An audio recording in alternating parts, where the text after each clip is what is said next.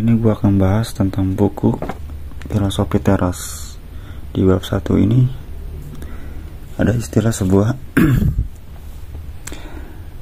survei khawatir nasional, dan kita akan bisa mengatasinya dengan cara-cara yang ada di buku ini.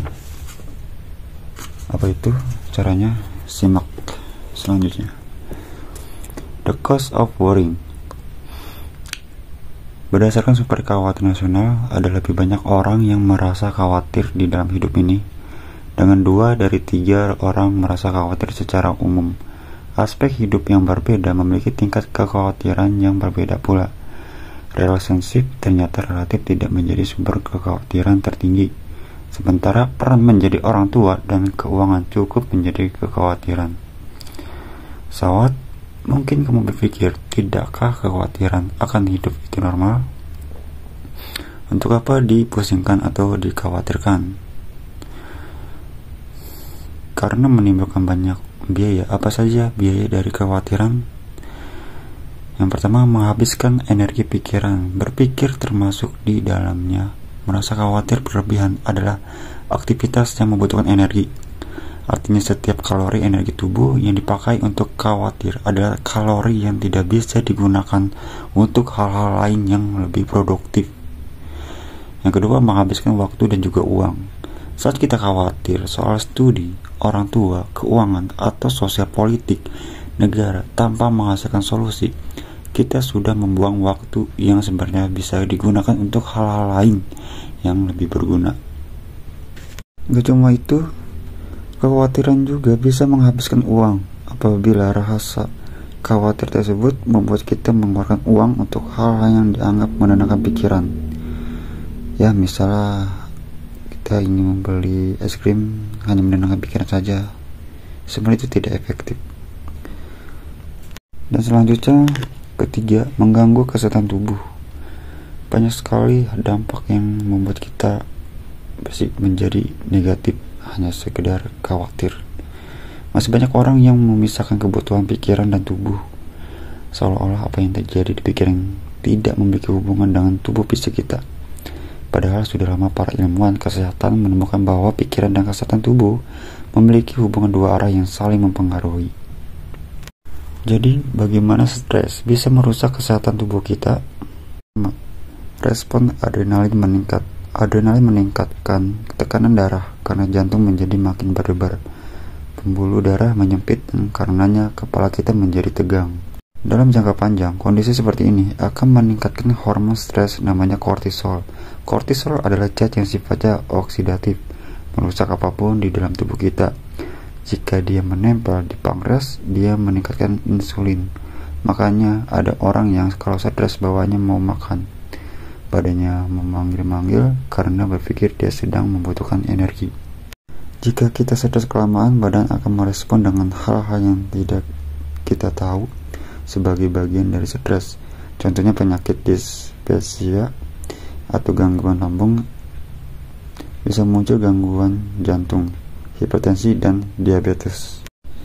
Adakah perbedaan antara takut, stres, khawatir, cemas, dan depresi?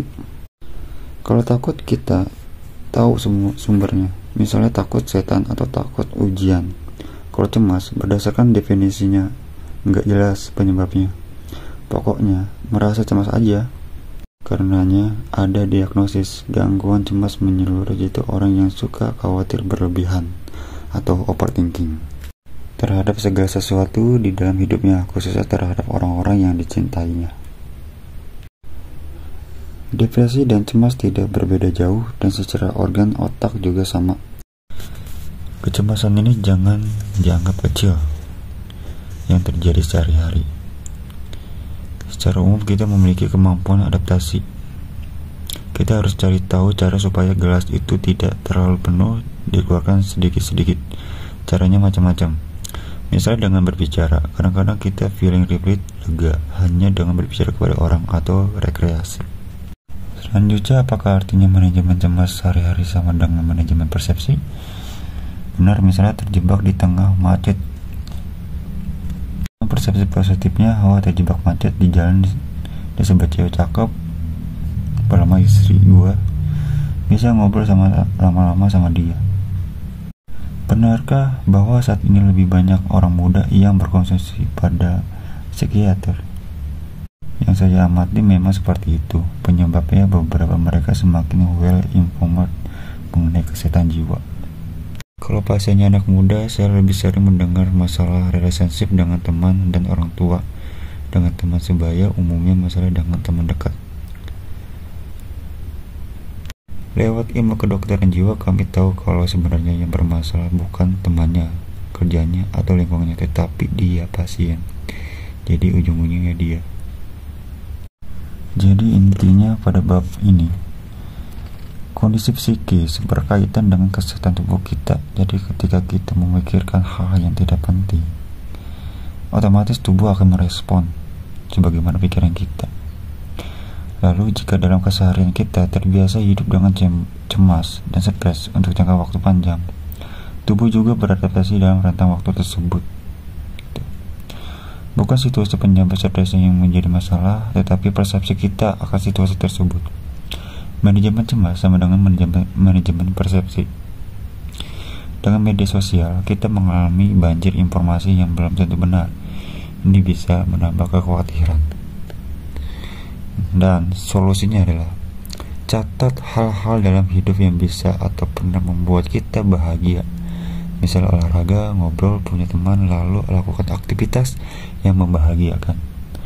Dan kurangi dalam melakukan atau menseluncur di internet, karena itu gak baik. Oke, terima kasih untuk penjelasan bab ini. Selanjutnya gue akan bahas bab 2 di video selanjutnya.